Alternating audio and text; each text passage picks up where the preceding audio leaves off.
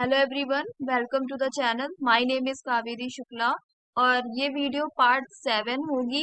तो ऑलरेडी मैंने 6 पार्ट्स में वीडियो अपलोड कर दी है। ठीक है, कॉमर्स का जो पेपर जून 2025 में अभी 27 जून को जो पेपर हुआ है पहली शिफ्ट में, तो उसी सीरीज को कंप्लीट कर रहे हैं। तो अभी कुछ क्वेश्चंस और रह गए हैं। 150 क्वेश्चंस आते हैं ना, जिसमें पेपर 1 का तो क्वेश्चंस अभी मैं बाद में कवर करूंगी। पहले मैं 51 क्वेश्चन नंबर से मैं अभी यहाँ तक हम लोगों ने कंप्लीट कर लिया था। तो अभी इस वीडियो में हम लोग और कुछ क्वेश्चंस कवर करेंगे।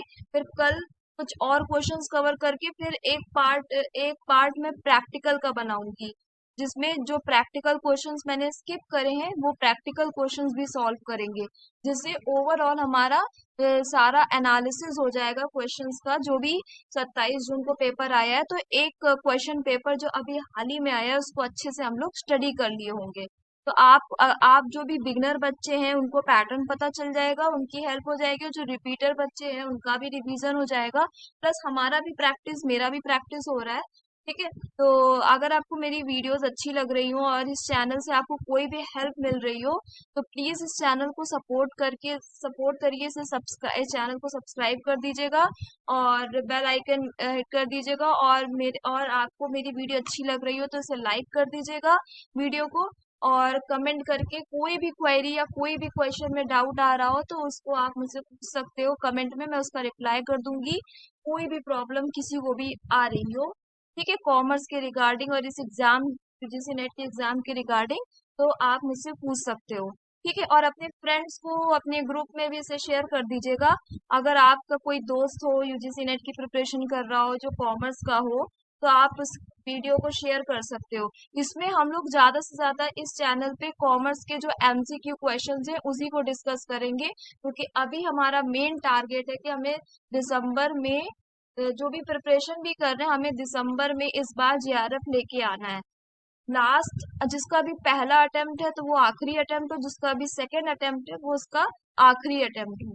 जीआरएफ लेके आना है। ठीक है, तो लेट्स स्टार्ट। तो देखिए, क्वेश्चन नंबर 132 क्या बता रहा है। देखिए, यहाँ पे मैचिंग क्वेश्चंस बहुत पूछे जा रहे हैं। ठीक है, तो इसमें क्या है, आइटम और सेक्शन। ठीक है, इसके सेक्शंस दिए हैं और ये इसके आइटम दिए हैं। ठीक है, और ये जो सेक्शंस हैं, ये किस यूनिट से है, ये यूनिट लास्ट वाली जो यूनिट 10 यूनिट है इनकम टैक्स, उससे रिगार्डिंग ये क्वेश्चंस है। ठीक है, तो deduction in respect of medical, अब ये 80C टू 80U वाला जो टॉपिक है, जो मैंने आपको बताया है कि जाके सिलेबस एक बार देख लीजिएगा। मैंने आपको बताया है कि 80C से 80U वाली डिडक्शंस बहुत इंपॉर्टेंट है, एजम्पशंस भी बहुत इंपॉर्टेंट है, रेसिडेंशियल स्टेटस भी बहुत इंपॉर्टेंट है। ठीक है, तो deduction in respect of medical insurance premium, अगर जिसको इसका सेक्शंस आता होगा वही इसको आंसर कर पाएगा। तो ये तो फैक्ट लर्निंग वाला, वैसे इजी, अगर आप इसको अच्छे से याद कर लोगे तो ये 2 नंबर आपके हैं। ठीक है, तो डिडक्शन आपने ऑब्वियसली इसको ग्रेजुएशन पोस्ट ग्रेजुएशन में पढ़ा ही होगा। तो deduction in respect of medical insurance premium, A का यहाँ पे किससे मैच हो जाएगा, ये 80D से मैच हो जाएगा। Deduction in case of a person with disability, तो ये जो ए बी वाला जो पॉइंट है वो ये किससे मैच हो जाएगा, 80U से मैच हो जाएगा, लास्ट वाला जो है। Deduction in respect of interest on loan taken for higher education, अब देखो, एजुकेशन एक ट्रिक भी आप देख लीजिए कि ई है तो यहाँ पे सेक्शन 80E से आप मैच करोगे इसे। ठीक है, deduction in respect of contribution to Agnipath scheme, ये हो जाएगा हमारा अब जो लास्ट बचा हुआ है सेक्शन 80CCH। ठीक है, तो जैसे सी से अगर ये फोर्थ मैच कर रहा है, तो देखिए, अगर आपको कुछ नहीं आता, आपको इसमें कोई सेक्शन नहीं पता, लेकिन अगर आपको ये ट्रिक पता है कि एजुकेशन का जो ई है वो हमारे सेक्शन 80E ये मैच कर रहा है, तो सी का फोर्थ, और सी का फोर्थ केवल यहाँ पे थर्ड ऑप्शन में है। तो बस यहाँ से ये देखिए, यही ट्रिक आपको, यही ट्रिक होनी चाहिए। पढ़ना, सिर्फ पढ़ते रहने से भी कुछ नहीं होता है। आप लोगों को या हमको भी ऐसी ट्रिक्स और चीजों को अप्लाई करना होगा, दिमाग को एकदम खुला रखना होगा कि क्वेश्चन आप डर गए, अरे जैसे कोई बच्चा है डर गया कि अरे यार इतने सारे सेक्शंस हैं और हमें तो याद ही नहीं हो रहे हैं, कैसे करेंगे, मतलब हमें तो पता ही नहीं है किसका ये किस सेक्शन से किसका है। लेकिन अगर आपको एक ट्रिक पता नहीं, 80E जो है वो कोई हायर एजुकेशन से रिलेटेड है, तो ये मैच करके आपने पूरा क्वेश्चन सॉल्व कर लिया। एक चीज भी पता थी, आपने पूरा क्वेश्चन एलिमिनेशन मेथड से सॉल्व कर लिया। ठीक है, ये कट हो गया, ये कट हो गया, ये कट हो गया, तो ऑप्शन नंबर 3 इसका करेक्ट आंसर हो। ठीक है, तो यही ट्रिक यूज कर रही है।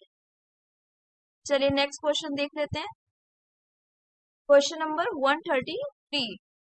अब ये क्या बताता है कि आइडेंटिफाई द करेक्ट सीक्वेंस। अब यहाँ पे बहुत इजी क्वेश्चन है कि हमें रिसर्च डिजाइन प्रोसेस का सीक्वेंस बताना है। ठीक है, तो इसका क्या हो जाएगा, रिसर्च अप्रोच सिलेक्शन। सबसे पहले तो हम लोग रिसर्च करना जो है उस कैसी अप्रोच लेनी उसका सिलेक्शन करेंगे, फिर मेजरमेंट करेंगे, टेक्निक सिलेक्शन, फिर सैंपल डिजाइन सिलेक्शन करेंगे, फिर डेटा कलेक्शन टेक्निक सिलेक्शन करेंगे, फिर ई आ जाएगा हमारा डेटा एनालिसिस मेथड सिलेक्शन। ठीक है, तो ये ऑप्शन नंबर सेकंड इसका करेक्ट आंसर होगा। अब देखते हैं 134 का क्या क्वेश्चन है और क्या इसका सोल्यूशन है कि symbols, icons, rituals, values are the manifestations of. ये तो बहुत इजी क्वेश्चन है, सबने इसका आंसर करेक्ट किया होगा जिसने भी एग्जाम दिया होगा। कल्चर, ठीक है, बहुत सिंपल। इसमें कंफ्यूज करने के लिए आपको बहुत अच्छे से ऑप्शंस देखिए फ्रेम करे गए हैं, लेकिन फिर भी आप लोग जिसने भी अच्छे से पढ़ा होगा कि ये सिंबल, आइकन, रिचुअल्स ये सब क्या है, कल्चर। ठीक है, तो अभी नेक्स्ट देखते हैं क्वेश्चन। क्वेश्चन अब यहाँ पे देखिए क्या पूछा जा रहा है कि अ, ये कॉन्सेप्ट और उसके फॉर्मूले पूछे जा रहे हैं। फॉर्मूले भी बहुत इंपॉर्टेंट है। ठीक है, तो ये देखा जाए तो हमारी इकोनॉमिक्स वाली यूनिट का क्वेश्चन है कि प्रोडक्शन फंक्शन। ठीक है, तो इसका करेक्ट आंसर यहाँ पे ये फोर्थ हो जाएगा।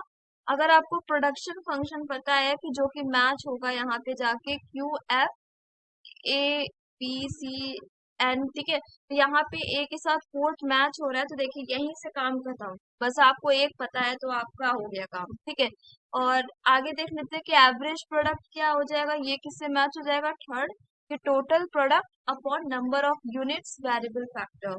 और मार्जिनल प्रोडक्ट में क्या आ जाएगा, ये सेकंड से मैच हो जाएगा, TPN-TPN-1।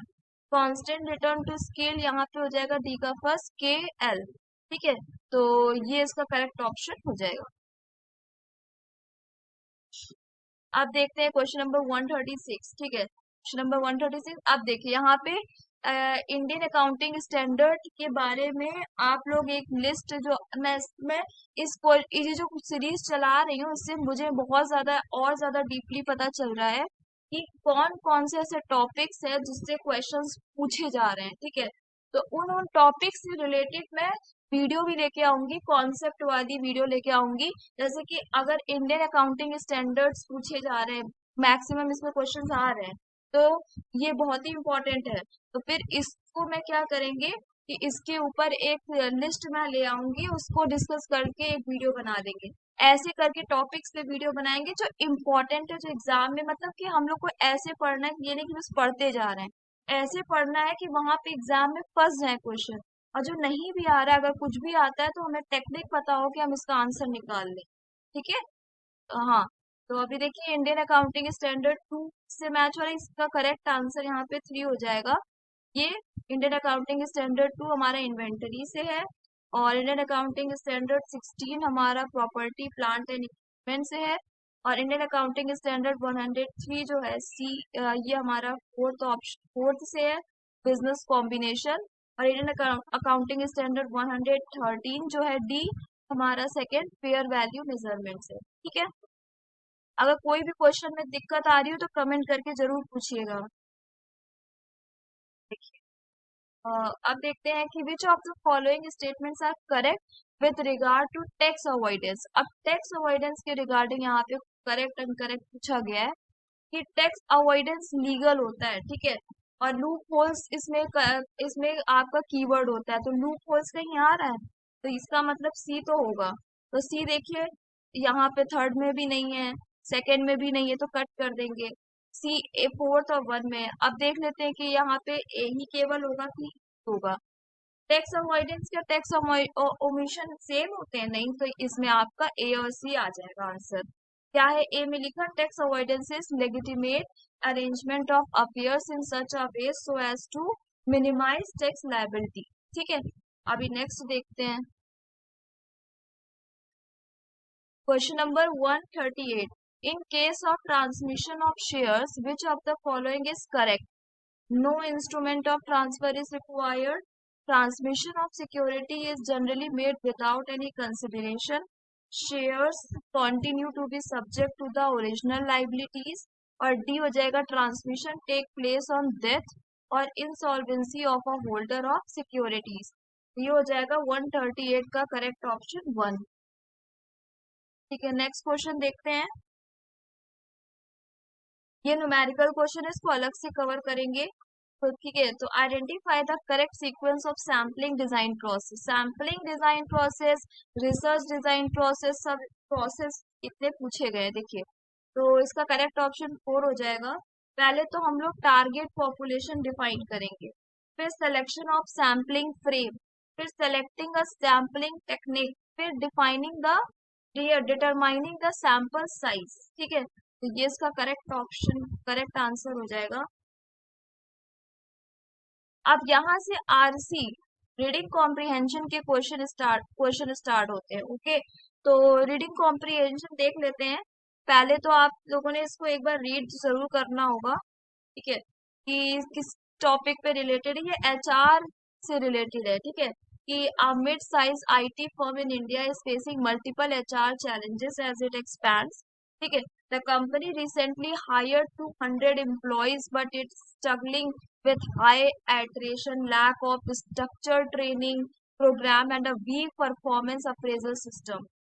Employees often feel overworked and underappreciated, leading to low engagement and motivation. The HR manager Priya wants to improve HR practices by implementing a structured performance appraisal system। मतलब कि जो एक प्रिया नाम की एक एचआर मैनेजर है, वो चाहती है कि जो एचआर प्रैक्टिसेस हो रही हैं, मतलब उसको इम्प्रूव करना, इम्प्लीमेंट करना, परफॉर्मेंस एक सही से अच्छे से performance appraisal, structured performance appraisal system launch करना चाहती है, ताकि एचआर टेक्नोलॉजी और फॉर रिक्रूटमेंट, मतलब कि एक अच्छी एचआर टेक्नोलॉजी यूज करके रिक्रूटमेंट करने के लिए।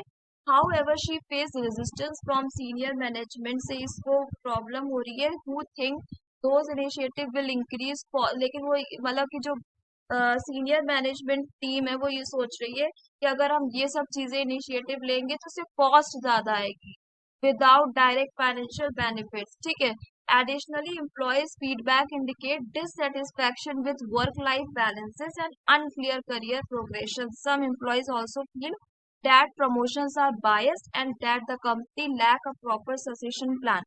Priya is considering introducing flexible work arrangements, setting up leadership development program and adopting AI-driven HR analytics to improve decision making. ठीक है, ये यूज करती है। However, she needs to convince top management of the long-term benefit of this changes. तो इसमें question क्या है कि which HR strategy can help to develop future leaders in the organization? इसमें क्या कहा जा रहा है? तो इसका करेक्ट ऑप्शन यहाँ पे 1 हो जाएगा, implementing intensive employee development program. यहाँ पे इसका करेक्ट ऑप्शन ये हो जाएगा। इसको ये एचआर से रिलेटेड क्वेश्चन है, बहुत सिंपल है। ठीक है, फिर क्या है कि which strategy would be most effective in retaining employees and reducing attrition rate. आप देखो, ये टॉपिक, ये क्वेश्चंस पढ़ के भी आप इसमें रीड कर सकते हो। जैसे कि पहले आपने रीड कर लिया, फिर क्वेश्चन पढ़ के आपने सेकेंड रीडिंग लगा के आप आंसर निकाल लोगे। ठीक है, तो इसका करेक्ट ऑप्शन यहाँ हो जाएगा offering increment and career growth opportunity. कि कौन सी स्ट्रेटेजी है जो बहुत ही इफेक्टिव है retaining employees and reducing attrition rate, offering increment and career growth opportunity. ठीक है, तो अभी आज के लिए इतना रखते हैं। That's it for today. Thank you for watching my video.